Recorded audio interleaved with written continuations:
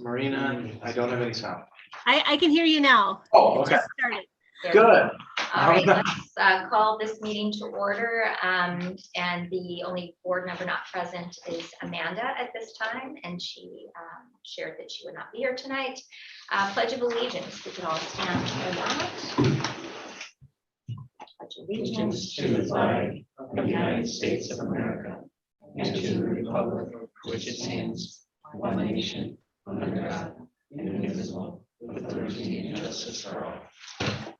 Thank you all for being here. The mission statement: the Viroqua Area School District provides a quality education for all students that inspires continuous learning, positive relationships, curiosity, and compassion in an environment that welcomes diversity while developing respectful and responsible citizens. Do we have any public comment? Yeah. Thank you very much, Beth. Is there a motion to approve the consent agenda as presented with proof of public notice, approval of agenda, June minutes, and voucher summary one in the amount of $673,009.79 as presented? So moved. Is there a second? Second. Any discussion? All in favor, vote by saying aye. Aye. Opposed? Motion carried. A motion to approve voucher summary 2 in the amount of $261,099.40 as presented. Is there a motion? So A second? Second. Which one of you? Take Vicky. Okay. Any discussion? All in favor, vote by saying aye. Aye. Opposed? And I abstain. Is there a motion to accept the donations in the total amount of $3,455.98 from the Viroqua Basketball Club? 1,000 goes to girls basketball jerseys, and from the Viroqua Athletic Booster Club, $455.98 gymnastics air barrel with cradle, 1,000 girls basketball jerseys, 1,000 football headsets, with thanks for all of their generosity from all of those different organizations. So moved. And second. All right, any discussion? Once again, thank you. We have a very philanthropic community. We are very fortunate. All in favor, vote by saying aye. Aye. Opposed? Motion carried. We have no resignations at this time. Appointments. Motion to approve the appointments of Danielle Check, Sophie Spaeth, and Abby Simon as special education paraprofessionals. Is there a motion to approve? So moved. And I'll take a second by Vicky, if that's okay, or by Marina. Sorry, is that okay, Marina? Fine. Okay. Any discussion? All in favor, vote by saying aye. Aye. Opposed?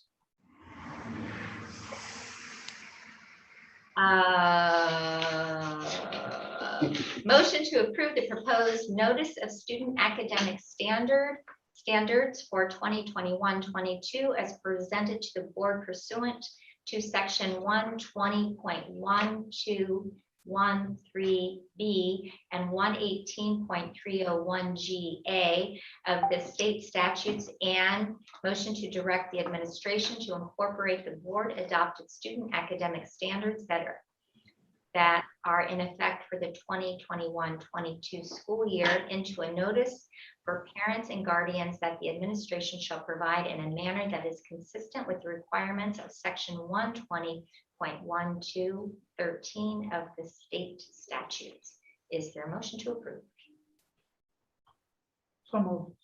Is there a second? Second. Any discussion? Basically, what this says is that we approve all of the state standards that are required. All in favor? Have a choice, so. Well, if you don't, we'd be in a lot of trouble. So all in favor, vote by saying aye. Aye. Opposed? Motion carries. Motion to approve the 2021-22 student at-risk plan. Is there a motion to approve? Second? Is there a second? Okay. Kathy, did you want to add anything to this? Just that it it looked as if it was up this year. That's not to be unexpected since COVID and things like that. We're addressing it in a multiple of manners. More interventionists at the middle school level, a student success coordinator at the high school level, as well as all of the other things. And our administration is going through an improvement plan with CISA, working very hard at getting the root cause of that. So although the numbers are high, I'm pretty excited actually about going forward and how those numbers are going to hopefully lower in the next year. So we're working really hard at that. Thank you for the work that you're all doing in that area. I know it's very complex, very complicated with students not being in class, as well as a million other things going on with families. So thank you for that work. I hope that next year it's at 0, and that would be just absolutely fantastic. Let's shoot for the stars and see what happens. It's good to have a goal. It's always good to have a goal, hopefully. But thank you so much for that. Any other questions or discussion? With that, all in favor, vote by saying aye. Aye. Opposed? Motion carries. Motion to approve the updated board policies, revised 3431, 4431 employee leaves, and delete 3432, 4432 employee sick leave. Motion to approve. So moved. Well, Second. Vicky will, I keep looking at Vicky. Kim will be the second, Marina will be the first. If that is okay. That's fine. Any discussion? With that, all in favor, vote by saying aye. Aye. Opposed? Motion carries. Motion to approve the 2021-22 district staff handbook as presented. Is there a motion? So moved. Is there a second? Second. Right. Tom, would you mind giving us a little update on what some of those changes were? Sure. So as we were going through this process, the biggest changes came to the paid leave time in regards to trying to clean up that language a little bit, just and making sure that we could just be very clear about what is leave time and what qualifies and what doesn't qualify. And the I was at fire. I just, that was Sorry. yeah, Sorry about that. yeah. But really, that was the main change. Anything else, Mike, that I'm missing with that? One of, last year when we approved, we didn't have, the language in there for our actual sub-calling procedure. And we've cleaned that up. I think that was important part. The leave during the day, just as things come up, you identify, that really should be in the handbook, or we understand as administrators that we have a responsibility, to the students and to the community as far as, making sure our policies and procedures are being followed. So we try to incorporate that into the handbook as much as we can. So. I don't know if that can be closed. Is it too loud? Is it too loud? Question is it locked? It's Yeah. locked. It can stay. It's quiet out there. I'm sorry, unless you want to unlock it. No, Would that be okay?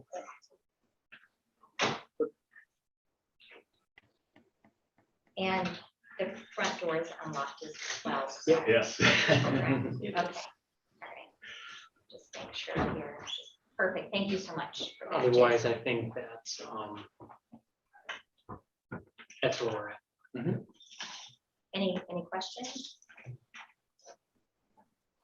With that, all in favor, vote by saying aye. Aye. Opposed? Motion carries. Thank you for that work. Motion to approve the 2020-21 budget adjustments as recommended by the Budget and Finance Committee. Is there a motion? So moved. I will second that since I'm on that committee. Mike, would you like to give us a little bit more information about that? Sure. Please. As in every year, some of these adjustments, and if you look at the summary provided, that's attached. They're cleanups of things that have occurred throughout the year. That we have identified that we would be under in this, so we may have overspent in that, type of thing. Additionally, as the year ended and we were able to see where things were, which this year is a very large moving target with the amount of ESSER funding that did come in to fund things. We had not budgeted a contribution to the Employee Benefit Trust Fund. This budget amendments would approve the transfer of an additional $50,000 for that for post-employment benefits. And then additionally, $100,000 to fund 46 for the Capital Projects Trust Fund, which basically allows us to get aidable costs in now the 21-22 school year based on a contribution being booked to that, and then would be available because we've met our 5-year requirement for holding out on that. The total in that account then would be $250,000 that we would have available for a capital project, whether it be at the bus garage or anything that's on our improvement plan. Any discussion, any questions? With that, all in favor, vote by saying aye. Aye. Aye. Opposed? Motion carried. Motion to approve the 2021-22 preliminary budget as recommended by the Budget and Finance Committee. Is there a motion? So Is there a second? second. Thank you. Tom and Mike, would you like to present that information about some of the differences between last year and this year? Sure. Please. And I do have a PowerPoint because that keeps me on task and You tend to wander. yeah. I'm just not 100% sure with sharing the screen how using. Okay, we'll see how this works. Marina, can you see the screen? Perfectly. Thank Okay. you. So we've got we've got the budget process. This is a proposed budget. This is actually the first time we are proposing a budget for the 21-22 school year. I presented in May, one for informational purposes only. This budget, if it's approved tonight, would then be the budget that would be published in the paper and presented at the annual meeting. We would have our budget hearing as part of the annual meeting on September 20th. And then we would adopt the school board, the original budget as school board meeting scheduled after the budget hearing. Closer to October after we get the September and the actual October 1st aid certification.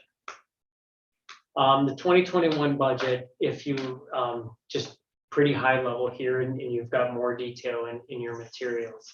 The general fund revenues, we do show them right now going down comparatively. We don't have all of our federal funds budgeted for both revenues and expenses. So that's where you're seeing the biggest difference between where we're at and where we will ultimately be. And that'll be tightened up by that. Special education revenues and expenses where those federal funds are more defined. You're seeing the natural increase of inflationary costs, and then debt service expenses and revenues along those same lines. We will talk a little bit about that in a little bit. District-wide revenues, property taxes still by far make up the largest portion of our revenues.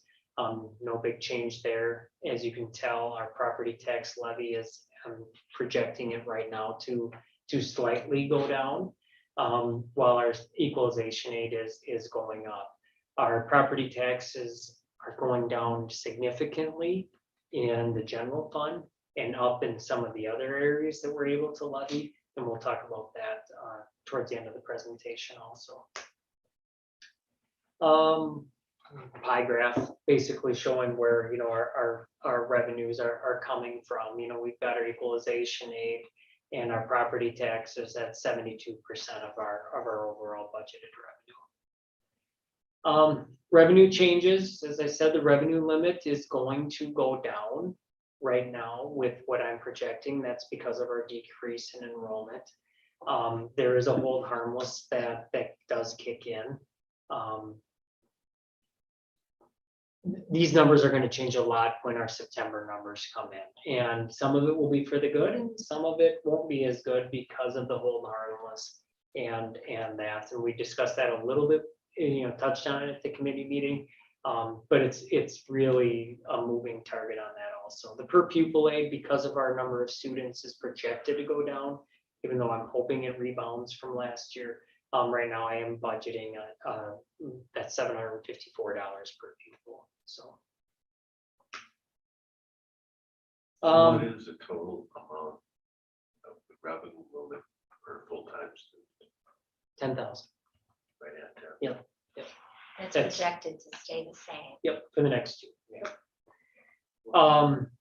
District-wide expenditures, as you can tell, salary and benefits are such a majority portion of our, and actually, if you took out open enrollment and that, which would be under the purchase services, I mean, that is a majority of our budget, including debt service.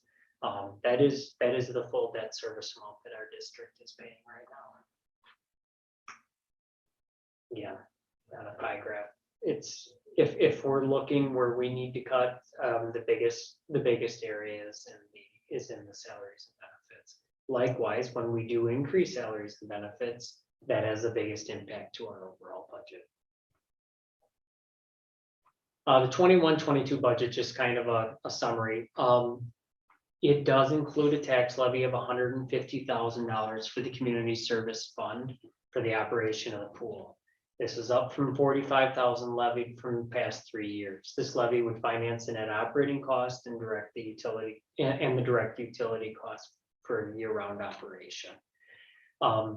As I explained to the committee, now this is a presentation. This does not mean that the board is adopting $150,000 tax levy. The community does that at the annual meeting, and ultimately then you guys certified the levies in October. The budget right now isn't in the numbers I've presented, does include this in here.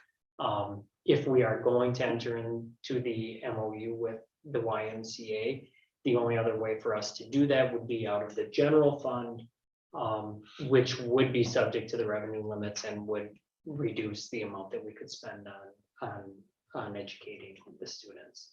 This 150,000 is not payable cost. Correct. 100%, not eatable cost. You're 100% right.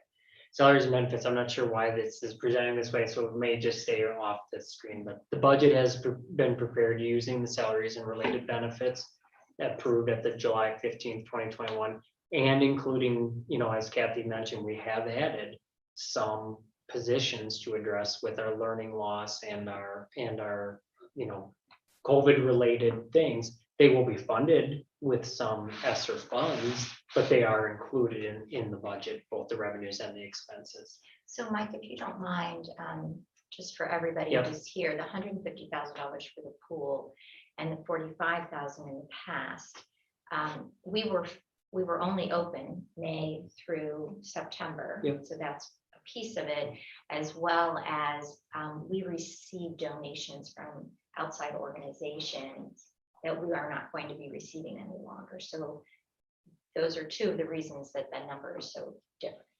And if we do, and because there have been people in the community that have said, you know, listen, we do think we could put together a group of individuals that would only drive down, and then it becomes that, you know, you build it in your budget. Maybe in a year you only have to do 125,000 every, you know.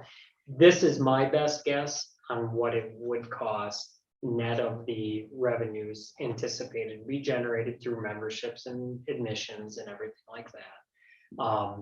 that's my best guess as to what the net cost would be when you factor in the additional costs that we will have for additional utilities, some custodial time, and then the operation of the pool. So I'm sorry to go back. No, I think it's really important to understand that this is in here now. I mean, that's how we're gonna do it if we're gonna do it. I mean, that's one option, I guess. So actually, this should have been the first thing we talked about because it just built backwards. Now I know why it was starting at the bottom. But the budget has been prepared with a conservative estimate for September student headcount. Due to hold harmless and declining enrollment exemptions, an increase in students may actually decrease our current year revenue.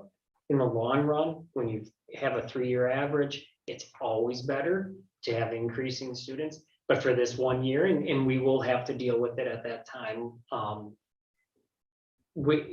it could look a lot different. So explain how, because we're fiscally responsible, please explain that to any community members that might be listening to this. What really depends upon what your enrollment was 3 years or 4 years ago, there's one that drops off. Yes. Mhm. So if you had 1,140 students and you replace it with, We're down, I 1,100, mean, then- if from what I'm projecting in 2 years ago, it'd be 100 students. I don't think we will be, but I mean, at 10,000 a student, that's real money. Plus hold harmless. Yeah. As wonderful as that is, we may lose money The ability to tax, yes. Correct. By having more students. by Yes. having actually an increase in students. Yeah. So- Our aid will stay I consistent. just want everyone to understand that. it's convoluted. And It is. again, the hold Yeah. harmless is in place to protect districts that are having a significant decrease in students. But again, based upon the projections that we have and even current numbers that we do have right now for next year, we're looking at more than what we projected. And it will negatively impact if it started today, it would negatively impact our overall. Financially. Yes. So we'll get there. Yeah. And then, and obviously, these mill rates that I've showed in the blue, for DeSoto, Kickapoo, North Crawford, Westwood, La Crosse, Salem, Lafarge, Bangor, Cashton, Sparta, and Viroqua. They are the 2020-21 mill rates. I don't know what other districts are going to do. I would anticipate with what they did on the legislative side, by not increasing the revenue limit per pupil and putting more money into the funding formula, that should drive down property taxes throughout the state. But even at that, ours is still very, very low with comparatively to area districts. And I would say throughout the state, we're in the lower quadrant of districts with it. Mike, if I could add, Yep, it does drive down the rate, but people need to remember that with the housing market the way it is, it doesn't necessarily drive down their taxes. Your tax bill. your Right. tax. Correct. The individual Personal. tax bill could be because the rate is down, but Yep. it depends on what's happened with your property. And if it's been sold or purchased lately, people are. It's kind of And crazy. back to this slide here, right now, with that mill rate, the mill rate that I'm projecting is with no increase in equalized value. We will get an increase in equalized value, and that will drive down the mill rate just by itself. But our overall property tax levy right now is going down, $20-some thousand. Not a large amount. That number is going to change again. I've said it before, I'll say it again. That number is going down, but the biggest thing I guess to take out of this budget this year would be, this is, funding or an attempt to actually levy for the operation of the pool on a year-round basis for the first year, which will be a short year because we're not filled yet. So I mean, it's our start. And then also trying to be as fiscally responsible as we can, levying an excess amount in debt service if it's allowed, through the formula to help us prepay some of that debt before it comes due on the last couple of years. We're running out of opportunity on that as we have been able to fund that in the last couple of years, some additional funds. So Do you know, Mike, and if you don't, I apologize for asking this right now. So West Salem passed a referendum, correct? 2 or 3 years ago. So Yeah. that number would referendum be in there. is included in Yep. West Salem's, okay? Yep, and same as Westby. Westby had passed theirs.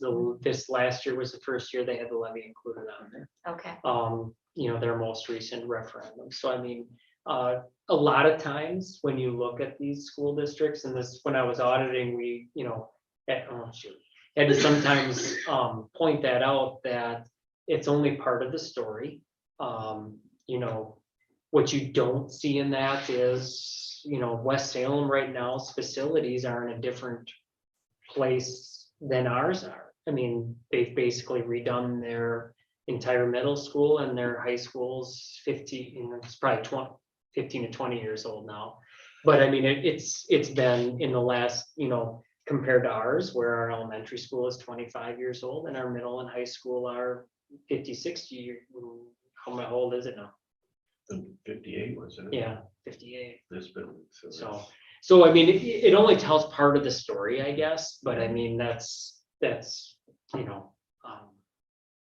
you can't say that a district's doing better. We're just at a different point in our district than they are right now. But with like a 3% increase in equalized value, that'll drop us, what, about a quarter Mhm. Yep, that's per thousand? And I think that's a conservative guess probably for the Yeah. last year. Yeah, I mean, equalized value doesn't always, as we've shared a number of times, even amongst townships and in everything, the equalized sometimes don't make sense. And we've had years where we've significantly decreased our tax levy.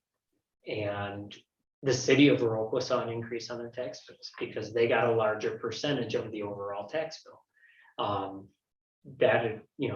That will present more at the annual meeting and stuff for a little more discussion. A little bit depends on how many lease sales are Yep. this year. Yep. And that affects the value of all the homes in that area. And the actual assessed bill. So the equalized gets done at the state, and that basically says this township, this city is gonna get this percentage of the tax bill. Then within those jurisdictions, that's where the assessed value gets allocated out based on that. So the assessed, the equalized, the estimated fair market value, it all flows through. Yep. The bottom line is we don't get more money when assessments go up, because we're still limited on the revenue limit. And I think that's important for people to understand. And I think revenue limit by its name is very deceiving. I mean, it's Yep. a spending limit is what it is per student. And I think that, when you kind of wrap your head around that, this is how much we are legally allowed to spend per student. Unless you dip into your reserve. Yep. Good, Yep. yep, but from what we can tax, yep, Yep. this is what it is. And it's interesting, isn't it? So, but Be a discussion for a board retreat. there you go. I like it. I like it. And that is something I talked about at the committee meeting. I would like to try to, in plain language, get something to the public in a manner that it's, and the thoughts flow around in my head, but it gets hard when you try to put it to paper. Yeah. Because pretty soon you start getting in the technical and the geeky stuff. Like, It this isn't applies that to most, but not straightforward. all, like, Right. pieces where there's just, it's not. And I've had to live it for 10 years now to actually be able to use the terms properly sometimes. Sometimes. Kind of like learning how to read and all of those exceptions with different sounds. Yep. So. Any other discussion or questions? Okay, with that, all in favor, vote by saying aye. Aye. Opposed? Motion carries. So I'm not gonna leave the meeting, but I can leave that portion of the meeting. Thank you, Mike and Tom, for putting all of that together for us and the very detailed explanation. Motion to approve the following depositories for the school district funds for the 21-22 school year. Citizens First Bank, People's State Bank, Prairie du Chien, Viroqua office, the local government investment pool, Madison and Wisconsin, Wisconsin Investment Series Cooperative in Milwaukee. Is there a motion? Moved. Second. Second. Second. By Vicky. That's, maybe I can get it right that time. Any discussion? I keep looking around and she's like in the corner of my eye. Any discussion? This is something that we have to legally do, so. All right, all in favor, vote by saying aye. Aye. Opposed? Motion carries. Motion to approve the purchase of band uniforms. Is there a motion? So moved. A second? Second. So who you taking? Vicky? Vicky, I might have to say her name all Don't call me day. Vicky. So The real Vicky. Brad is here to give us some more information, Yeah. more details about. Did they get something, Beth, or not? Yes, Yes. So- they got the memo that you. Okay, the memo I put together talks about the fact that the last uniforms were purchased on May 16th, 2000. It was not a classic style uniform, it was more contemporary style. We're looking at a more classical style uniform. It's really 3 uniforms at a time. They'll be here in just a minute. We have 130 uniforms, 3 drum major uniforms, and 30 color guard uniforms. Based on what we've handed out over the last 8 or 9 years and the number of students in the program, my recommendation was 100 with 25 color guard uniforms and still 3 drum major uniforms. The bid included shoes, which is not something that we're going to purchase from a company. We asked from 2 companies, DeMolin and Stanbury. They're both reputable band uniform design and build companies. DeMolin, the one Jessica, our drum major, is wearing is the DeMolin uniform, and Max is wearing the Stanbury uniform. They're nearly identical, which is what we would expect based on the fact that we sent out a spec sheet and we told them what we were looking for. They do not include the color guard uniforms currently. Some things about these uniforms. So Max's uniform, one of the things I like about this uniform is the sleeves and the pants both have snaps, so you can adjust the length up to like 3 inches. So instead of hemming everything all the time, we can make some adjustments automatically. And then, so there's 2 coats here. There's the white overlay and the black overlay. And then if I undo a series of buttons, let's see Batman. No. So this is a West Point jacket underneath. So this is actually a 3rd look. So we could actually outfit the band 3 different ways. So this look would be something that would probably look pretty good on the street during the daytime. That uniform would look much better on the football field. Nighttime with the lights and the green grass, just based on experience. And then this could be a concert uniform, or we could use it also as another uniform for a performance. So there's a lot of versatility in that, something that I had never seen before. The University of Minnesota has this triple look, and they also have 2 back covers. If you guys turn around, Jessica has the back that we want. This is the length of coat we would like.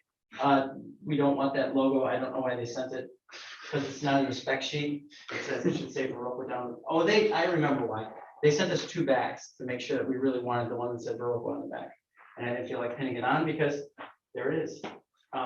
It includes spats, gloves, a Pershing hat, which probably doesn't mean anything to anybody because you don't know who John Pershing is. He was the leader of the Allied forces in World War I. It's a short hat. It comes up pretty short and then it comes down. A more traditional like West Point military or Air Force Academy type hat instead of the taller 8-inch Shako that we have right now. Brad, what's on the side? So this says established in 1921, because this is our 100th anniversary. We're celebrating 100 years. Other side says Blackhawks. Okay. These actually are, what are they called? Shoulder nests. So they go underneath the epaulette and it just dresses up the uniform a little bit. I'm going to give you an additional piece of paper because when I went through the bid, the $94,000 bid for uniforms, I noticed that it was for 130 uniforms. And I don't really want 130 uniforms because I think it's a little over the top for what we have as far as our program right now. So based on the price quotes, the if we got 100 uniforms and exactly what Max is wearing, that's the standard uniform. That's the one I would recommend because the bid was lower by $2,800. If we get 100 with 25 color guard uniforms, it'll be, this is until they send me a formal piece of paper, this is my best guess based on the bid, $72,290. If you decided you wanted 115, then that would be $82,439.75. I really don't think we need 130 uniforms. I think that's money that we can do something else with. That being said, and I'm Go sorry, ahead. No, Angie, go but what if we did have an increase in number of students? I mean, can you add on? You can buy more uniforms. It gets really expensive. So these uniforms are running about with everything, $425 a piece. That's just a ballpark number. If we buy 10 more, they're going to be much more expensive than that, probably in the $600 range. What I've done in previous programs before we purchased uniforms to make it work, like when I first got here in Viroqua, we didn't have enough uniforms. The drum line wore something different. So that takes 12 to 20 kids out of uniforms. The color guard doesn't wear a band uniform. So, I mean, we have a band of 89, I think, this next year. And so 8 of those girls will be flag corps. So that's gets you down to 81. And then there's 16 drummers. So we're down in the mid 60s. You take the football team out of that, and now you're down into 58 to 60 kids that we're putting uniforms on with 100 uniforms. So we haven't put 80 uniforms on kids in 5 years. So. And parades would be different potentially, Right. because you have football players back. Yep, we would. So what is it made out of? Do they have to be dry cleaned? Yes, it's DAC wool. You can buy uniforms that can be laundered, and they're much less expensive. But then their shelf life, their wearability is 8 to 10 years. I just know it's really expensive to dry clean things, and do you do it What's every your year? uniforms like? Um, Which look do you like? I like the light, yeah. You I can can enter only it. see myself. We want to label it again. Yeah, right. It's made out of a Dacron wool, so it's a wool poly blend. It's less expensive to build than 100% wool. Wool's the most sturdy material.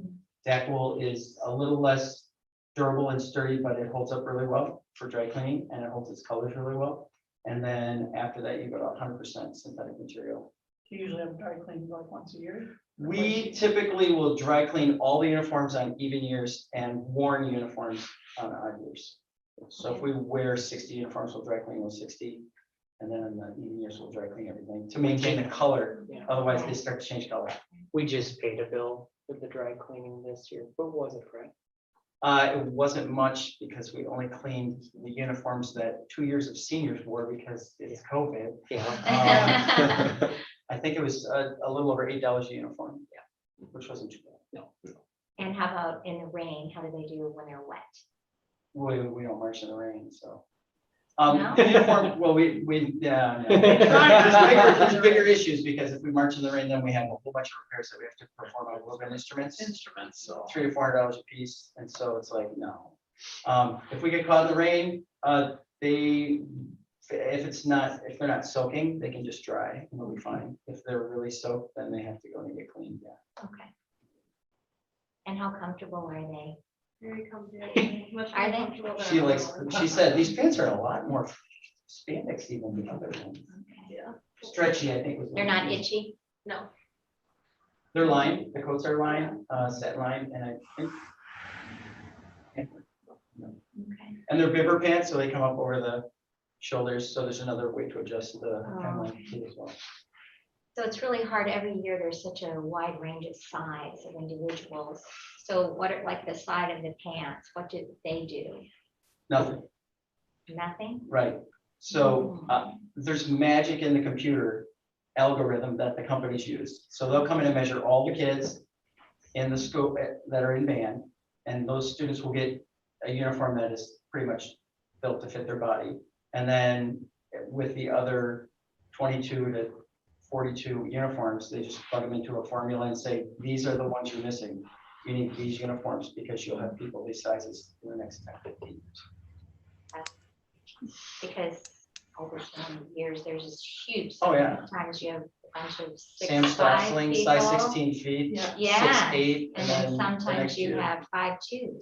So, Yeah, and then you have 5'2" that are 80 pounds, and you have 5'2" that are 180 pounds. right, And those are, exactly. yeah. Right, that's why. I'm saying there's a lot going No, on. for sure, that's why I'm asking. One of the reasons we like the bibber pants is because when they're in playing position, then it streamlines their waist, it makes the band look taller and slimmer. Slimming. Could use a pair of them. You know, that's What did you call that? How much, if this is approved, I'm gonna have a pair for you. Not It's a red and bride. white. Not a bride. No, it's not. So Brad, can you talk What do about you use? the payment terms, I'm sorry. the payment terms on this? I know that with Stanbury, they said that they'd be willing to negotiate with the district. We had talked about three years. Yep. That was, when we talked to them about that was, we'll make a payment on June 30th, we'll make a payment July 1st, and then we'll make a payment the next fiscal year. So I would say you have to have a conversation with her. But either way, we would put an amount down Okay. with the order, Right. right? And then upon completion, because these are gonna take Right. how long? till we get I think Stanbury said theirs would be 120 days. it? So we're not marching football season. Well, the caveat in all of it, right, is how much work do they have right now? How many approved contracts do they have? And then what materials are available to build uniforms with? Material available. He said, we could Yeah, have we've it done heard. in 95 days, or it could be 225 days. So, And we're right back to the pool. yeah, but he doesn't have to Everything call a guy that lives in on the dark web. Yeah. I was just gonna ask something else. So shoes, students have to have their own shoes? Yes. Okay. And are there dollars available for students who perhaps for whatever reason don't have their own shoes? We have a fairly large assortment of shoes as well. Okay. Yeah, if that's the issue that's gonna keep a student out of uniform, we'll Right. find $13 to buy a pair of shoes. They wear like the ones I wore on Saturday. Pair of slippers. I gravel. Oh, yeah. So, what do you do with the old? You know, we'll probably send. Not that I need 10 them set. 5 or 10 up to the drama department just for use for props. Mrs. Lewis put in a request for some hats that she would like to use for her classroom. There's really not a market for it. I mean, it has her name on it. They're well used and well loved. They're 20 years old, 21 years old. So This is out of my range, but I'm just thinking, a lot of people do quilting. I don't know if there'd be. The quilter back there is shaking your head no. It's the wrong material. it's a lot to work Too with. heavy. It is really heavy. And then the construction, like inside, if we take the shoulder apart, I mean, there's literally 7 layers of material underneath here. There's the satin layer underneath, and then there's some camel hair, and there's some backing, and there's another piece of heavy felt, and there's a piece of wool, and then finally you get to the material on top. So they're built like trucks because they need to last. And the other thing is, so like in the summertime, that would be too hot. We do have an alternate uniform. This is the alternate uniform. This is the black polo khaki pants, khaki shorts, which they love khaki pants and shorts, and baseball caps. Yeah, it's our hot weather. Okay. Yeah. I didn't know if you just went to that lower level, is that cool enough that you could use it? in It'd be the nicer, summer? but It'd still be hot. yeah, Okay. it's a Wisconsin uniform. It's not a Georgia uniform. Any other questions? I think Kathy wants to go with it. Maybe one. We did. Maybe one. I would love to try. So when we were sizing our last referendum, this was included in those discussions, if you guys remember that. So, Do you know I what the think they were a number little more was? money than this, though. I think we had more than this though, side. Do you remember how many? I was thinking it was well over 100,000. No, I mean the Oh, number of number of uniforms. Remember how many uniforms was included in that? No. No, okay. Oh.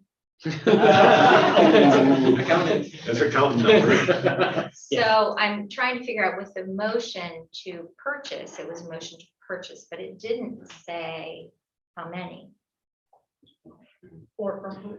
or from whom. So our recommendation is Stanbury. It's a lower price. I've purchased uniforms from Stanbury and Demolin in Sparta, in Marion, Wisconsin, when I was in Marion. Both very good companies. I mean, How we're do you not gonna get. How do you spell it?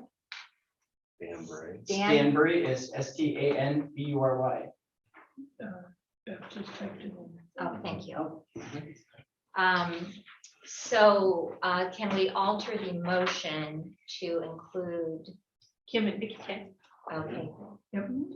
Could you alter the motion to include purchasing from Stanbury and then the number, Brett, Mr. Cruz said 100, but there's also 115 option to the number in which you would like that motion to read. Would you also want to put a not to exceed Not to exceed. Yeah. on there, just in because it case? doesn't have an exact- Right, that would, that might, give some leeway there, but that might protect the board if that bid comes in way closer to the 130. Then we could, reconvene potentially. So that alternate, You want to say a range? pardon me? Do you want to say a range? Thank you. Depending on how much. Thank you, you, guys. thank you. You Appreciate it. look Thank you. fantastic, by the way. I love the white. I'm excited. So Brad, you said 72, this is your numbers, and if you went to 115, it was 80, 82. 82. 82, Yeah. 439, Yep. 75 as well. So we could just say not to exceed 85,000. Yeah, Is that acceptable? What was the amount? 85,000. 85,000. And then- Unless they come up with materials all of a sudden, and they're, I just. I You can don't put, you can know. put in more of, how many, first of all, how many uniforms are you guys looking? You looking at 100 to 100 or 115, 115? and why don't you put in 90? Because what if something glitches with materials, as we know, everything right now is all over the place. Okay, so what do you want your motion to Vicky, read? I think we had the motion. You did.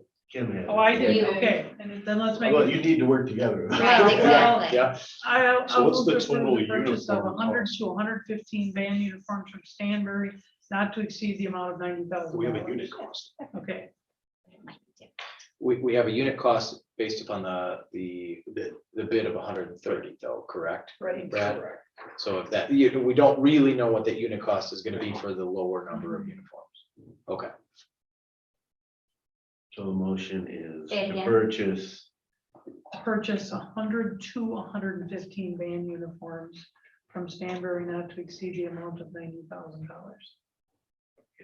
you got that, Ben? Okay? And Vicky? Yes, second. Okay. All right, any more discussion? All in favor, vote by saying aye. Aye. Aye. Opposed? Motion carries. Thank you, Mr. Fu, for presenting those fine-looking students in our new uniforms. Look forward to seeing it. I'm gonna send a informational thing off to the Stanbury rep, but I'm not gonna tell them how much money. Okay? yes, that would be great, Mr. Fu. That wasn't my mind. I hope they're not listening. I understand that. Thank you. The next item will be tabled. We are waiting to hear back from Lakes Virtual Academy. The next item is tabled. We are waiting back to hear from the YMCA. So we will go into the informational items. First reading of the district goals. And so does anyone have any questions? With all of the changes from COVID last year, our goals really do apply very smoothly and easily in transitioning into this year. And the way that's going to happen is still the same. So if you have any changes that you would like to see, please notify Tom or myself, and we will make those changes. Does anyone have any questions about the goals? I know we had an advance last year, or a workshop last year, and we discussed it really thoroughly with the administration, all of the administrators. And the only thing I would say is, you know, with this, we also probably will have some tweaking after our visioning, you know, activity in November. And so, again, to spend you know, a lot of time on that right now is probably, you know, without knowing exactly how that piece is going to go, I think. Not that it would be wasted time ever to spend with you guys, but it would probably change. And it should change based upon when, you know, when we get a large group of the community together. What about an opportunity to get together somewhere like in January to just talk about on these goals, working now for this year? What do we have to tweak based upon the input? I like that a lot. November, to finish out the year, we'll find out more about where our students are. Well, and Tom and I spoke about possibly having something this fall as well for the board to have some type of a workshop as far as some information that we would like to receive as far as students' growth, especially with everything else that's going on and what that might look like. So perhaps we could have something this fall and something also in January after that workshop, and then perhaps even again maybe in the spring, just to see, you know, students' growth and what's going on within the district as far as the students. We're still going to have some virtual. We're going to, who knows what's going to happen with vaccinations and COVID, and so. A lot of unknowns. Correct. But we did speak to that, and I agree with you. I hope everyone else does also, because I think there's going to be a lot of things going on with student achievement and what that might look like going forward. Maybe some behavioral, emotional things too. There. Absolutely. Mhm. And that's why, like with student achievement, because they're all under that same umbrella. It's hard to achieve if you're hungry. It's hard to achieve if you're frightened. It's hard to achieve if you're sick. All of those things. End of the year AGR report, Pat. Maybe back here or? Wherever you Wherever want you- wherever you to. want. Do we have that presentation? Still got 90,000 standing there. So if you can get some. Pat's been outside a lot. Yes, I have. Click. Summer is good. I don't know how to do it. Yeah, I'm not sure. Hold on one second. If I join again, let me do that. That might not be a bad idea. I'll let you in.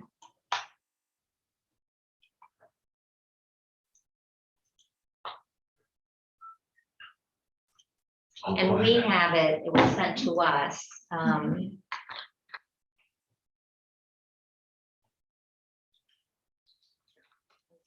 Waiting, or should we go ahead? No, it just, she's gotta let me in as soon as it asks her to.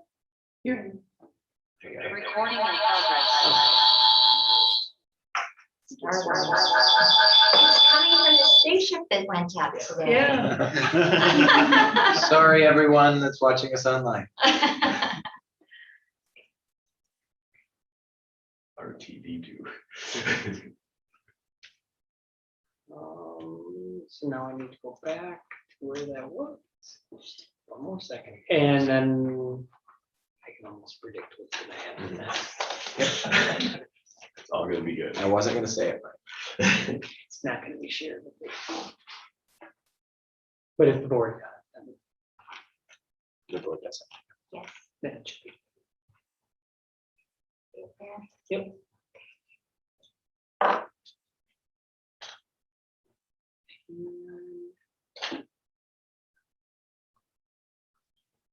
I could probably be done by now. it. You can go ahead. Oh, and I get started. You can start. You can talking. start, you can start, Pat. Yeah, because the beginning part is definitely just an overview. So this is the AGR Achievement Gap Reduction.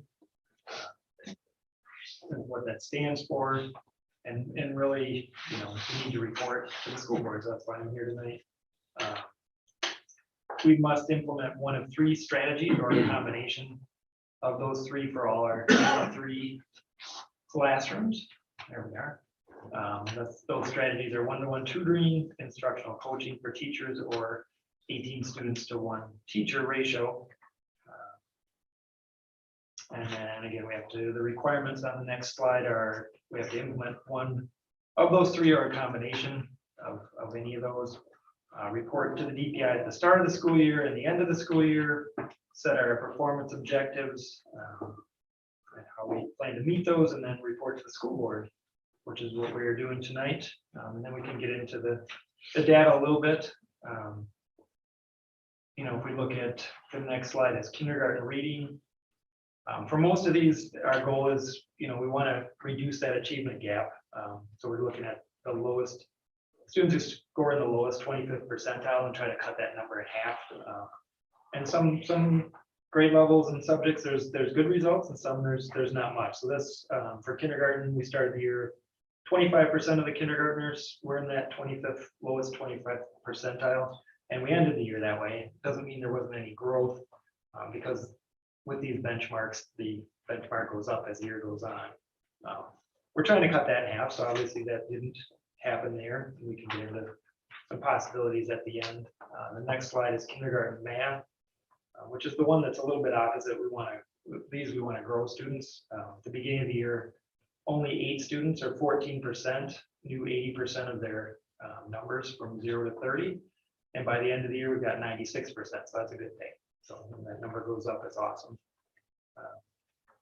Getting into reading for 1st through 3rd grade, again, this is where we're back to trying to reduce that percentage, trying to cut it in half or reduce it, which again is the objective of the achievement gap reduction. We're trying to reduce that gap and cut it in half. So some of these, again, there's definitely improvement and lowering of that. Some we're hitting real close to that gap, or that goal of cutting it in half, some maybe not as much. But some good progress in reading. And then the last slide shows math for 1st through 3rd grade, and the same thing. That when you're trying to cut the number in half, there's some really good results, and some that are not necessarily cutting it in half, but definitely reducing that gap. I wish we had like a silver bullet to say, you know what, if we just did this one thing, we would reduce or eliminate that gap. Again, the goal is to reduce it. We would hope there wouldn't be any achievement gap. But we can definitely look at strategies of, you know, when I look back on my first year, it's the first year we were really implementing a school-wide Title I program. We could kind of do some of it and maybe not some of it. Maybe it's just a strange year. Some of our interventions, again, we weren't really mixing kids, so we weren't taking a group of, let's say, 3rd grade from a lot of different rooms and bringing them together for an intervention. So that looked different. And none of these are excuses. It was just the reality, and that's, I think, going into this year where we can look at it. This is where we're at. Okay, now what can we do different? Whether it's looking at our universal Title I and how we can service all kids, being a school-wide Title I program. How our universal instruction for all kids can improve. That doesn't mean we're not doing good things. It's just how can we continuously do better? We'd love to have that number at 0 or even 5 to 10% of our students needing an intervention.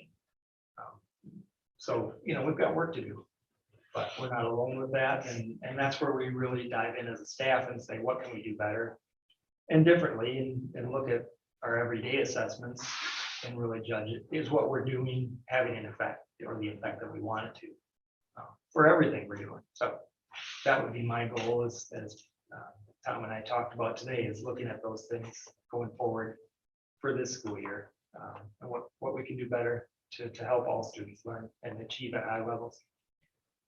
So I know there's a lot of information in that report, but also I don't want to overwhelm you, and you know, there's some really good things in there, and there's obviously some things where we need to work on. So one thing I would also note is these were intentionally aggressive goals. So when you're looking at shrinking your numbers in half, when you're talking about goals, that's a big number, where other districts I've seen go as low as decrease it by 5%. And then you achieve your goal. Woo, you achieve it. But this was, again, a fairly aggressive, attack on this. And again, if we shoot high and we fall a little bit short, that's far better than shooting low here and then achieving everything that we set out to do. So any questions? So tracking first grade to second grade, 2021 to 21-22, are you as aggressive in your goal with reducing? By half? Yeah, Or are you more aggressive? right. Or, Now that it's back to kind of a hopefully a normal years. I think. So what are you thinking about that grade? I know that each grade is different. Yeah. Again, and the group of students is different. I think we stay aggressive, because obviously we didn't hit it completely in many areas. We're close a lot, some closer than others. I think we stayed with that, setting the bar high and going to that level. I think there's more value in that than saying, let's set it low and kind of walk over it. Let's set it high and try to leap over it. Because we have the talent, we have the staff to do it. And we may not hit it, but I think there's more value in that, like Tom said, to set it high and reach for the stars. And it can be attainable. I think as we look at improving our school-wide Title I program, as we look at, implementing a few things like guided reading and some things to help our universal instruction for all kids. Maybe I build a little more trust in my leadership and work through that with staff, that we can slowly reduce that. Are there any in-services planned for staff to try to improve this? I know you're working with CSAP. Yeah, we've got some with the universal instruction with guided reading and how we assess students in reading with a different assessment that wouldn't show up on here, but would help with a more timely assessment. So we aren't waiting for these benchmark assessments. It would be, more immediate, like, Right. okay, this student seems to be struggling. What can we do differently? Or this student's excelling. What can we do to continue to push those students to? So that'll be to begin the year. And just, again, me going into my second year, some of the things I probably want to do too many things. So some of the things I want to focus on are building that culture of teachers being able to take risks and be like scientists and trying something, but then also assessing students and knowing, did that have an effect?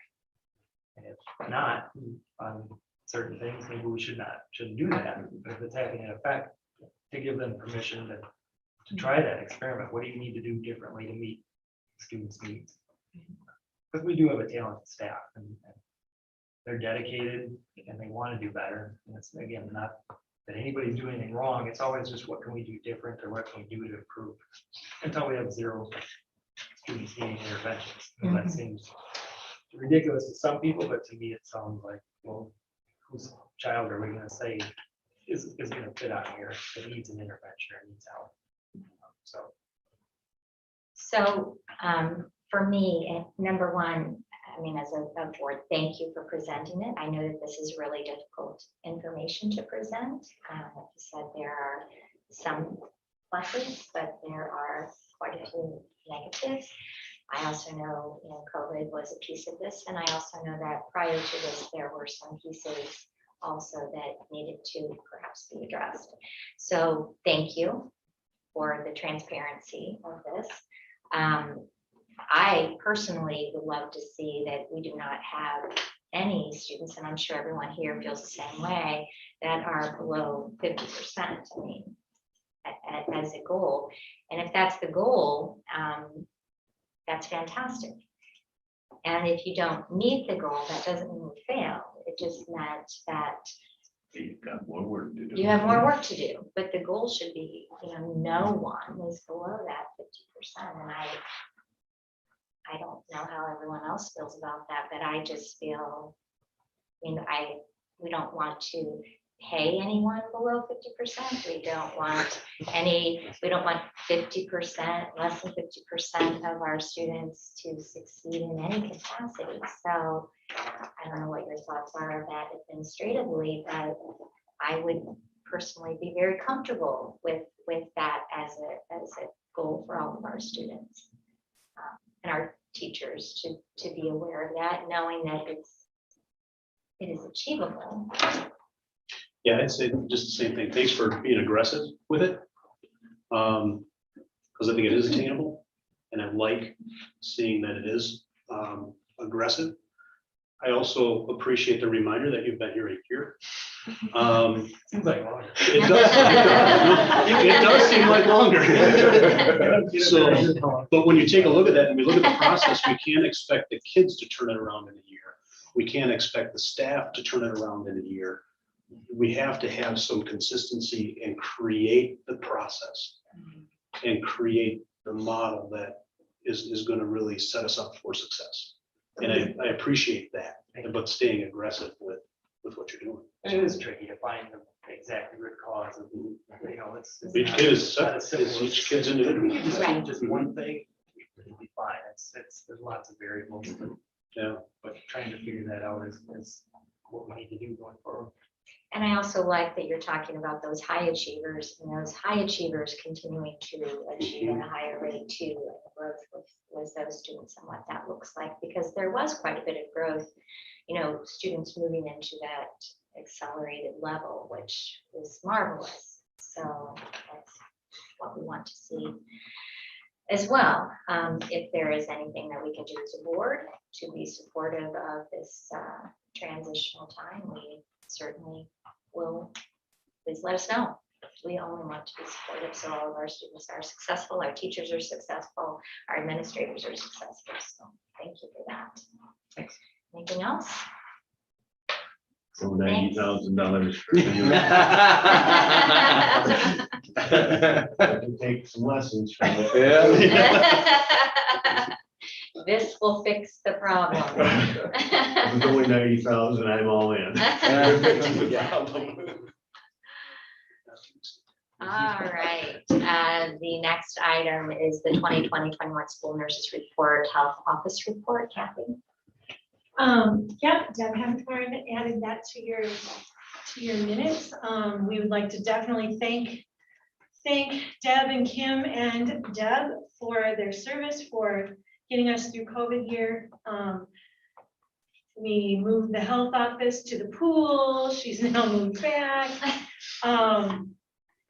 So that impacted the number of visits that she had, things like that. They still did the vision, they still did the hearing screening, they still met social emotional needs.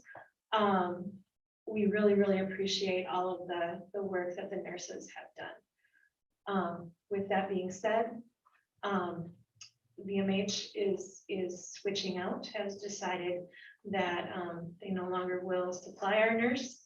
We're working with two different businesses, I guess you would say, that feel that they can support us in nursing services. We're still looking through those contracts and determining which direction we're going to go.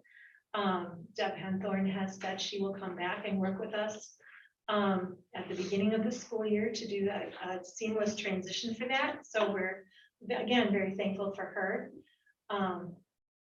So yeah. I guess that's the nursing report based on what she has already shown me.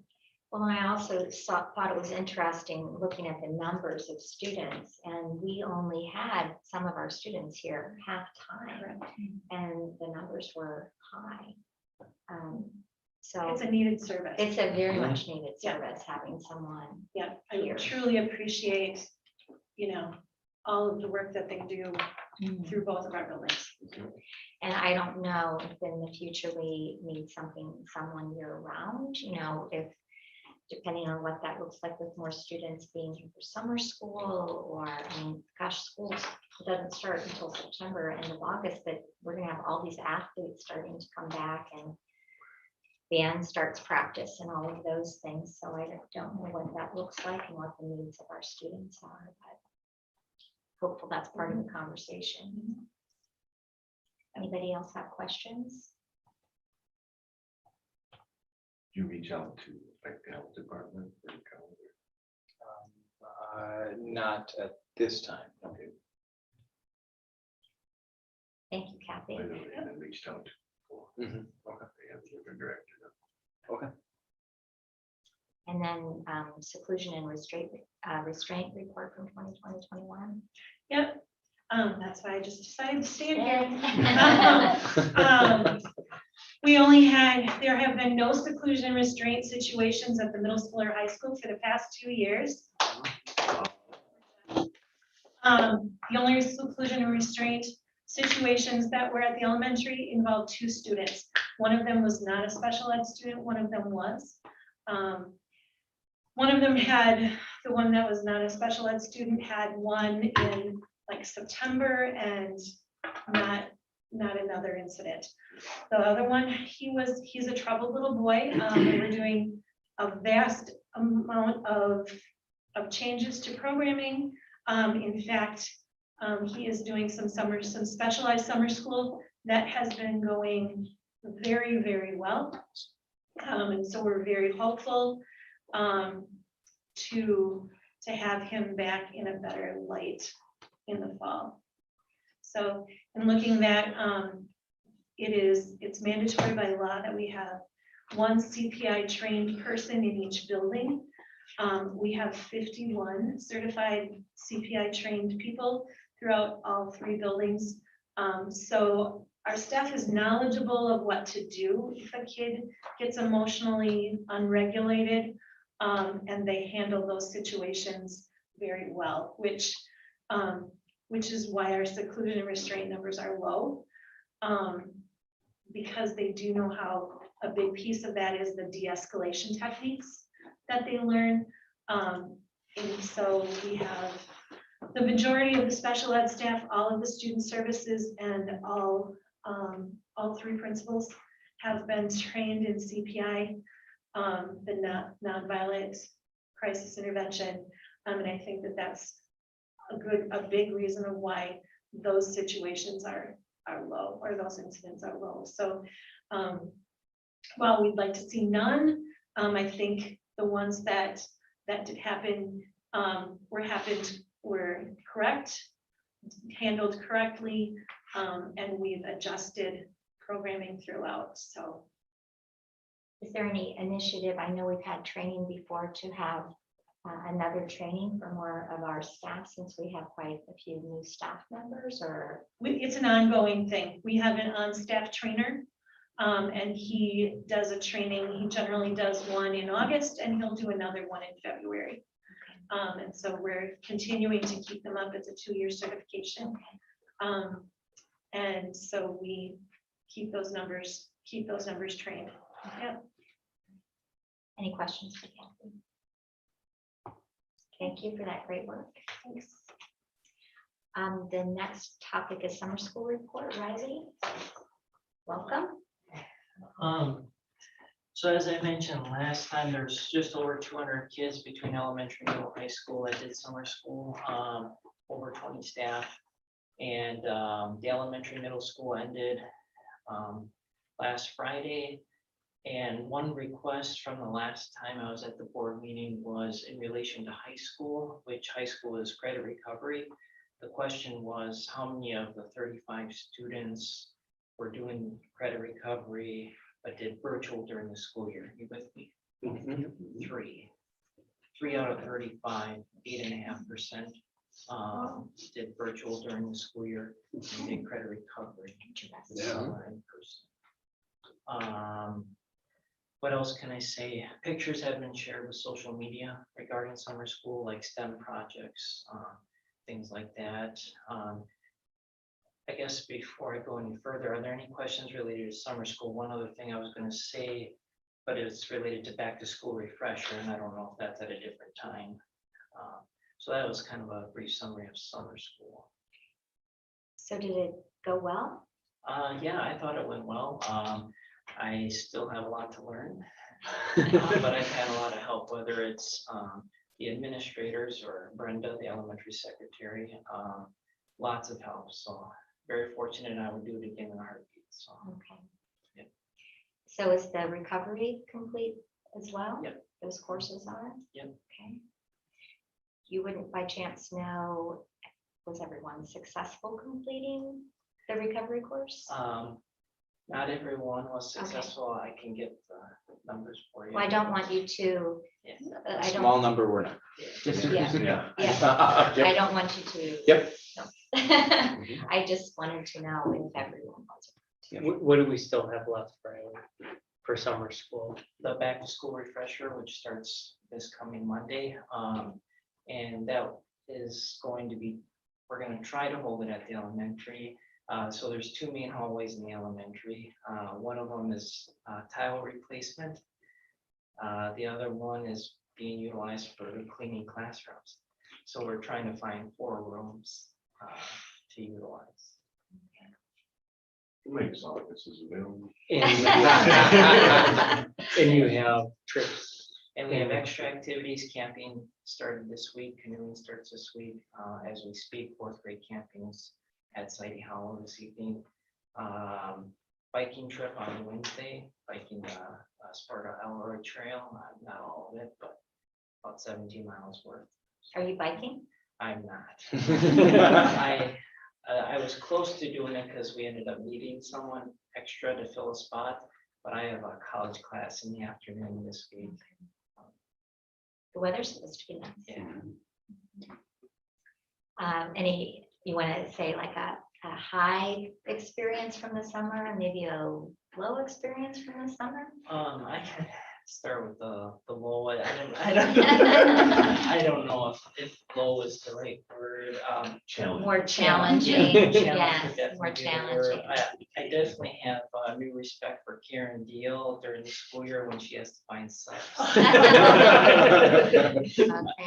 Okay. So that, I mean, things come up, the staff did a great job letting me know as soon as they could. It was a challenge, so which understandable, it's summer also. But that would be the challenge part. Otherwise, there's actually a lot of highs, honestly. If I were to narrow it down, I would just say the staff that I got to work with. It's hard to say that because there's a lot of great staff, but yeah, they were just fabulous. If that's the type of staff I get to work with, like year after year after year after year, that would be phenomenal. I'm speechless. They were just phenomenal to work with, very encouraging, and inspiring, actually. Well, thank you. Thank you for taking on this Yeah. responsibility. It's a big job. There's a lot more to it than anybody ever realizes. And it's summer, which creates a whole other set of complications. So it's very nice to meet you and thank you for all your great work. Likewise. The next item is summer project update. Yes, A little bit of that. Wait, no. a little bit over 2 weeks ago, I got a call from Todd Spade that our title that when we ordered it was on hand. Actually, there's a different definition of on hand. And It's in somebody's hand? well, it hadn't been made yet. And he had gotten a notice from the manufacturer that it was going to ship a week after we were hoping to start. And that was the second one he had gotten. So he had reached out to his supplier and understood that, yeah, this is what's happening now. Everybody's behind. So we kind of went into plan B because obviously you're not going to clean a floor, refinish the tile that's up there and everything when you're going to be replacing it. So we had to, basically say, okay, if it is shipped by this date, we will do these rooms. And if it's not, we're just gonna have to wait till next summer and do it all. Because there's a process after the new tile gets in where we have to seal and strip and seal the tile to get it ready for the next year. The new tile. So then they called last week, which we were supposed to start it last Monday. They called mid last week and said, yep, it's shipped. You should be getting it Friday. So they did come in Friday. And I definitely appreciate Todd. I mean, he's running a business and he had workers lined up to do our job. It's a big job. Then that gets canceled. So, he did what you would expect him to do. He reshifted his staff and got other jobs started that they were delayed on, and now has had to shift back and get them back. So a couple of rooms have been completely cleaned out. I checked before coming over, the tile is here, but we're not gonna be able to get all the way through. We're gonna get through as far as we can, but as Riley was mentioning, those rooms that we really don't think we're gonna get to, we can't wait to do the cleaning for those rooms. So we've got to start moving and have the assumption that we're not gonna get to them all. Yeah, that's going well. Hopefully we'll be able to get going on some concrete work. Terry and Cody have been busy. They removed a wall from Deb Clark's pre-kindergarten room, and it looks really nice. Pat and I were talking about it today. They did a nice job. Kind of was questioning when they said, yeah, we're gonna, okay. And they even replaced the tile under the wall, assuming that we would not get to that room. So they, had some extra pieces and cut it and because, there wasn't tile under there. And even a carpet strip, I think they put under there. So they did a really nice job with that. And I think it's gonna work out really well for that pre-kindergarten room. Trying to think that the pool has, I was told today that the caulk and the primer that we've been waiting on was supposed to ship today. We'll see. We'll hope. We'll hope. And I did get an answer as far as the cure time on that. If we were to use a cheaper caulk and a cheaper process, you could be looking at 21 days of cure time to make sure that you don't void the warranty that is limited. But this stuff is good, he said, honestly. And they will tell you this when they install them, like, you'll probably be able to fill within 2 days of that. So we will. I mean, we'll get things going because we have a lot of equipment to see how it's what shape we're in. And until, like the guy said, until you put water in, I can't tell you if it's gonna work. I mean, So if it doesn't, it's drain, dry, fix. Is there- I think the fix- pumps and stuff, they can isolate those off. Yep. That's what I'm concerned about, the Yeah. pumps being. I'm thinking more the seized caulk up. didn't. The Yeah. caulk will hold. The caulk would have to go down, yes. But no, the pumps and the filters and everything like that. are my These are concern. all the unanticipated Mhm. results of a pandemic. It was No really, one thought about these things at all. Yep. Pandemic's gonna have a long tail. Well, it's gonna be a long effect. Yeah. I mean, you can see this is just the start of.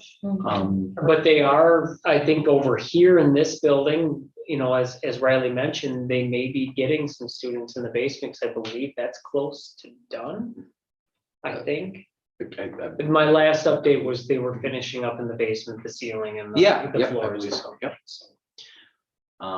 And then the track is Track is done. done and it looks beautiful. good. So if you haven't been over there yet, it looks awesome. I texted Mr. Anderson the other night and said 8. He said 8 what? I said lanes. And he said that's supposed to have 8 lanes. I said, well, then good, we're good. I thought if we go to a 7-lane track now, everybody's gonna be upset. But, so we had 8 tracks. He's our math guy, so he just had to make sure that it checked But out. don't bring your puppy with. Yeah, it's interesting how people like to use the facility sometimes. But hopefully the Puppies. community will be able to get back on there to do their walking and stuff. Yes. Correct. No dogs on the track. Is that, Or a sign. Is there a sign? I think there is a sign. Yeah, there is a Mr. sign. Tubin, were you one of those? There's a that had to talk? sign. No. in the field, there's a sign where it says it's not supposed to be. Yep. There's a sign at the park bowl. If you're a dog person, the Yeah. sign's up there. Yeah. but, But are they following it? We're not in the Take care, business we, of, yeah, we you know, take care I of mean- it when we need to, when we see it, and we address it, yep. Yes. Yep. And it hasn't been. can you have strollers? We've asked for no, obviously wheelchairs are a different story. we have asked people not to, but it's hard. I mean, especially at different times of the year Mhm. when sidewalks aren't always in the best, and people are just trying to get active. Absolutely, that's why I'm We asking. want to the provide that question, service because whenever we can. Yeah. we've had a lot of strollers on there. I know, Yeah. I've seen Yeah. that. Yeah. So I didn't know if this was just temporary, or is that, No, Permanent. we haven't changed any of our rules. No, it's Okay. all the same. Yep. It's just gonna be a little bit more sensitive now, 'cause it's gonna look really nice and it's gonna be cushiony and, it's It new. looks great. It really does. Yeah. so I know that there was something with Park and Rec and the tennis courts and pickleball. Did anything ever get resolved with that? Don't Okay, We had talked last year about some temporary taping. And the person I had talked to thought that would work well, and I thought Lane had been involved in that. We will not be repainting our tennis courts for pickleball at this time. It's, I didn't think. no, I mean, and I don't know if that was even a request. Mhm. It just, I don't I think don't know so. what, I think there was some concern about tape taking off some of the surface. or taking off something the like surface and that. that could be, That would be, yeah. are they Oh, chalking? that would be good. Oh, are they talking? Mhm. Okay. And that's okay. It was just brought up at the end of last week, was it, or before you left, maybe, like real briefly, and we hadn't heard anything about it until Okay. that time, so. I really don't have anything to add on that. Yeah. And the asphalt, is that going to happen this year? Or no? No, okay. I know that was just being discussed, what that might look Yeah. like. No. Okay. Anything else? Nope. All right. Any questions? Okay, let's go to Tom. Yeah. So as you can tell, there are a lot of moving parts. I think that if you are disconnected from the school or don't really understand how a summer looks, it is some of our busiest times, especially as administration and going through all of these, pieces like handbook and all of these building projects that are in the works right now on top of, you're trying to close out the year before and plan for your next year. And so again, there are a ton of awesome things happening within our district. Riley, thank you for everything you've done for summer school. I think it's been awesome. And I'm excited about the opportunities that we're continuing to give our students throughout the remainder of the summer. And then we transition really quickly and we start to look into our back to school and our process. And so we're really excited this year in partnership with the Westby School District to bring in a speaker. It's a national speaker, Joe Beckman. So Joe's main focus that we will be bringing back, he'll be here the afternoon of our very first day of in-service. And it's really he says he's got one mission, which is to reclaim human connection, which we thought was very important after the year that we've had. And so in just looking at his website, the last statement that he has in just his personal statement is, it's only when we stop and slow down, separate from our screens and truly listen to each other's stories that we can course correct and give our youth the best chance to leave their mark on this world. And I think, again, when you're summing up what we need and to be intentional about as a staff and as the adults in our buildings, I don't know how we could sum it up better than that as being our focus and really truly connecting with kids right from the very beginning next year. So we're excited about that and and working, Joe does some ongoing professional development with staff as well. Again, focusing on that human connection piece. And so on top of the typical back to school, week where we've got some of the fun stuff, where we reconnect with our staff. And I can't believe it. I feel like we just had we made it 5K and now I'm talking about, it feels like 2 days later, I'm talking about bringing everybody back. But it's a really fun time, that first day to get everybody back together. It's almost like your first day of school as a student. And so we really want to be intentional about that energy and not derail it, as sometimes we get into the, well, as administrators, we've got a million different things to check off in that week. And so let's do our, I'm not sure if Kim, if you have ever had the bloodborne pathogens, let's get that done Monday morning. And so you get back and you're excited, and then it's, oh, I'm going to sit down and go through 4 hours of meetings. And so we're really trying to be intentional about keeping that energy throughout the week, so that we can really roll through that next week or into that next week with a great amount of energy. And so that's always the focus as far as let's get our staff started on the right foot. And sometimes as administrators, we can get in the way of that excitement, and we don't want to be that. Another awesome update, and you guys have been a part of this, is really looking forward to our visioning process in coordination with Drew Howick from Howick and Associates out of Madison. And from what we've been able to do to this point in creating a design team for that event, right now we're looking at the dates of November 4th, 5th, and 6th. For the actual event, and we are expecting of maybe upwards of 150 people to attend that, and really spending some really quality time and conversation with each other about the past, right? Celebrating our past as a district everywhere, up to that date. What has brought Viroqua area schools to this point? What is the current reality, and what is our present situation that we're in, and where do we want to be in the next 5 years, in the next 10 years? And really, it's step one to our overall strategic planning process, because we really need to know what our community expects from us, in order for us to plan how we're going to get there. Without that, it's kind of an interesting process where you're kind of playing darts blindfolded a little bit, where I think this is the right thing to do here in Viroqua, but you don't really know. And we hope to eliminate some of the guesswork there and really get to the nitty gritty and the meat of the work that you're going to do, and some of those concrete steps. And I also want to give a shout out to Pete Swanson, who they did name the field at the Park Bowl after him, and that's a great honor, and we would like to formally congratulate Pete, as this is the first opportunity that we have for that. So I don't know if you're watching, Pete, but congratulations. So.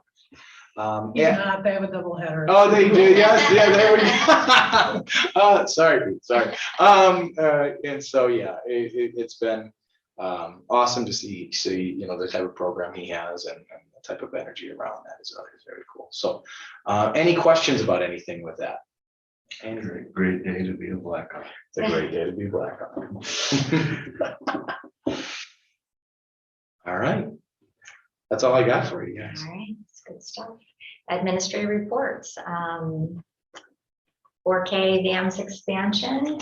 All right. Pat standing up again. Yes. Robert's gonna give him another I skipped last month, they gave me twice this time. But I'll just keep it brief, just a quick update on a couple expansions. 4 today, full day at 4K.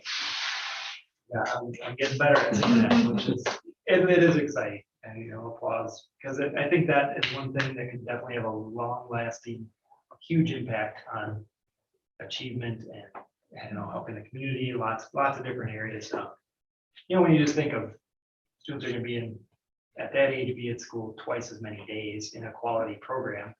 We're not trying to ram, make that kindergarten into 4K.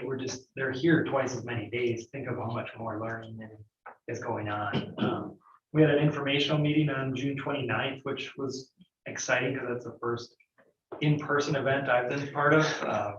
And part of me thought, it's June, nobody's thinking about school now, and we had 22 families come in, which shows the interest and support that families have for education, which was awesome.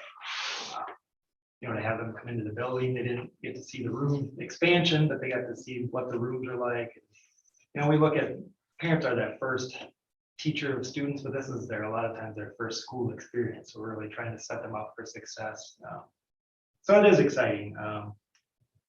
And then VAMS, we're implementing 7th grade for this year, and then the following school year will be a full implementation of 7th and 8th grade to really set that up for success. And because this group of students is really the group going into 7th grade with Montessori experience. And it's really hard to just say, okay, we're gonna open up for 8th grade. We haven't had a Montessori experience. It's hard to jump into that for 1 year. But especially the older students get, it's really hard to jump in. Many students could probably do it fine, but it's difficult. So we really want to set that program up for success. So the first year will be a small number of students. There'd be 10 to 12 students. But easily by year 2, year 3, we could be up to the maximum of 32 students easily. Yes. History has shown those Montessori students typically stay in the program the whole time. So that's, I think, another exciting opportunity. We've got a teacher hired. And now it's getting her visions of that adolescent program to match with my visions and the governance council's visions.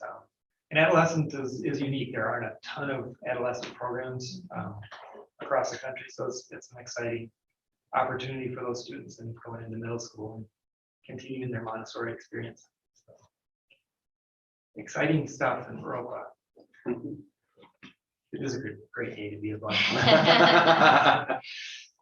To this point, we have had a board member that attended the Montessori Governance Council, and then Trillium, which is is not existing any longer, and then Laurel as well. So perhaps at our next board meeting, that could be an agenda item to see what that might look like for attendance of a board member on those council meetings, governance council meetings. And it's still just the one governance council, correct? Yep. For the Montessori. Yep. Okay. Thank you. Thank you for that. Very exciting stuff. Krista, next with the summer curriculum work. So I shared with you just a little bit of an update on some curriculum work and some resources.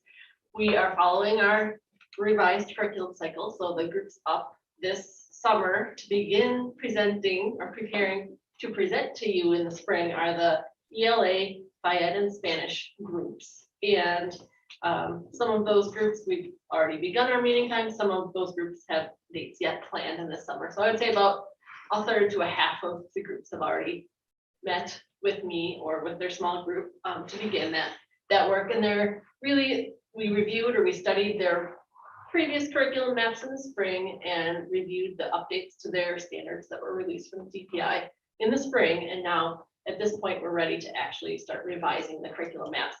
And the reason for that is so that there's a draft ready to go at the beginning of the school year, even though they're not expected to use it yet, but just so they have the chance to try out different parts of it or just kind of experiment or sample pieces that they maybe aren't sure if they really want in there, or just so they give themselves a little time to play around with it before it's presented to the curriculum committee in the spring. So I've been really happy with the work I've been doing with those groups because it's just good to have some consistency with with each of the groups, and I've felt like it's a very valued position as well. They know the content, they know what's important to their curricular area or their content area, but I've had experience now with the process and the format, and they can basically just kind of talk through what they do and what the essential standards are, and I can copy and paste and type and get what they're saying into the right format. So it's a benefit to both sides. So you can look for those 3 groups, new curriculum maps in the spring. And we haven't had any real big orders of resources this year, but just as I mentioned here, we ordered some supplementary things for elementary and high school ELA, some additional texts for the 7th grade social studies that this is their year to be phased in, so they needed the materials to go along with that.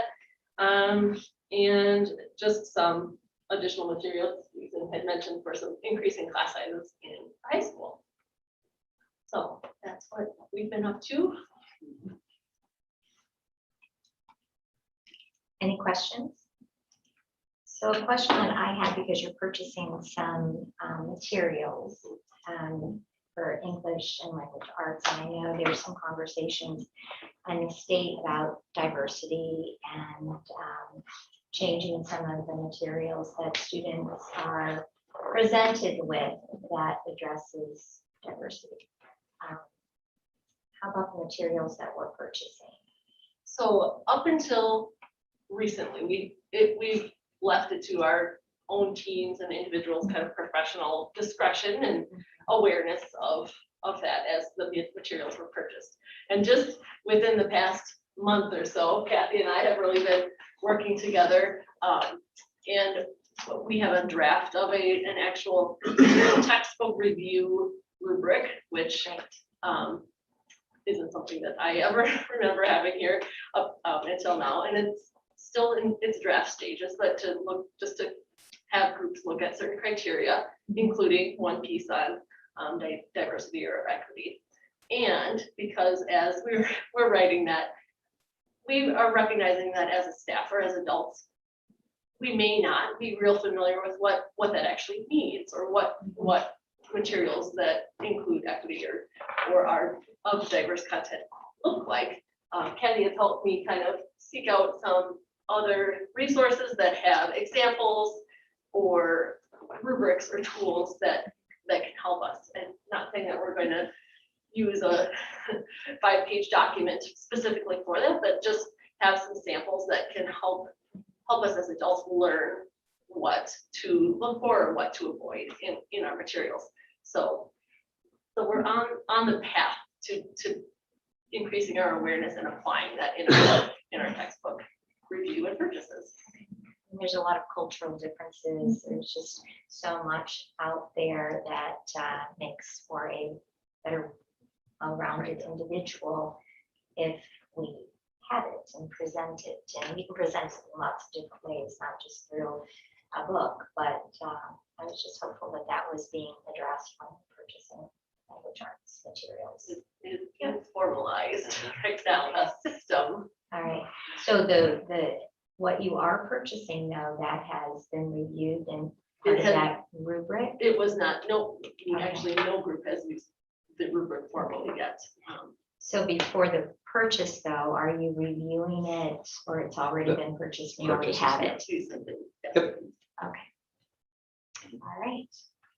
Okay, well, thank you for the work that you're doing.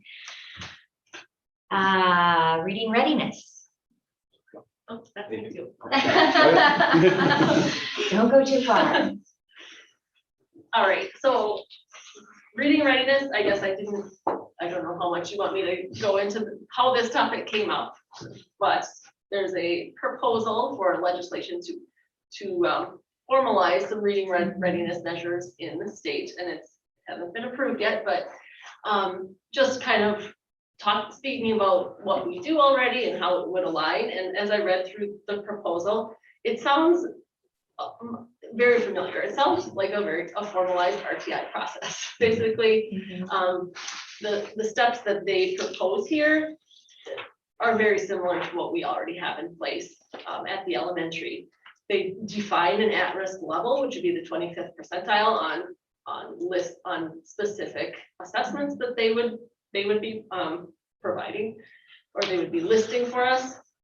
The number of times students would be assessed a year is identical to what we already expect for our universal screening. Now, the proposal says that there would need to be a personal reading plan prepared for students who do not meet the criteria.